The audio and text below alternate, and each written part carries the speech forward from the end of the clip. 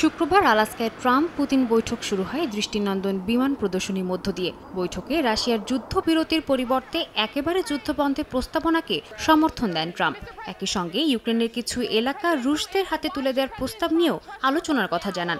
যদিও বৈঠকের আগে বেশ কড়া গলায় ট্রাম্প বলেছিলেন আলোচনায় যে কোনো মূল্যে যুদ্ধবিরতির বিষয়ে অগ্রগতি নিশ্চিত করবেন তিনি। এ অবস্থায় যুদ্ধবিরতি বিষয়ে ট্রাম্পের আচমকা মত পরিবর্তন বিশ্বজুড়ে নানা আলোচনা সৃষ্টি করেছে। বিশেষ করে ইউক্রেনের ভবিষ্যৎ নিয়ে নানা মহলে গুঞ্জন উঠছে। গণমাধ্যমগুলোতে ট্রাম্পের সম্ভাব্য পদক্ষেপগুলো নিয়ে বিচার বিশ্লেষণও দেখা যাচ্ছে। সিএনএনের এমনই একটি বিশ্লেষণধর্মী প্রতিবেদনে মার্কিন প্রেসিডেন্টের সম্ভাব্য পরবর্তী পদক্ষেপগুলো উঠে এসেছে।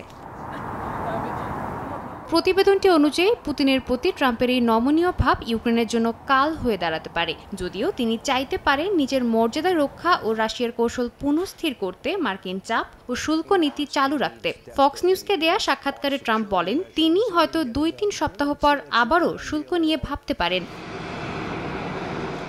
একটি বিকল্প হলো ট্রাম্প রাশিয়ার চূড়ান্ত শান্তি চুক্তি সংক্রান্ত আলোচনার পক্ষে স্বীকৃতি দেয়া। তবে ইতিহাস বলছে তা দ্রুত হওয়ার কোনো সম্ভাবনা নেই। এতে করে ট্রাম্প দীর্ঘমেয়াদী শান্তি প্রক্রিয়ার জটিলতা ও ধীর গতির কারণে হতাশ বা অমনোযোগী হয়ে পড়তে পারেন।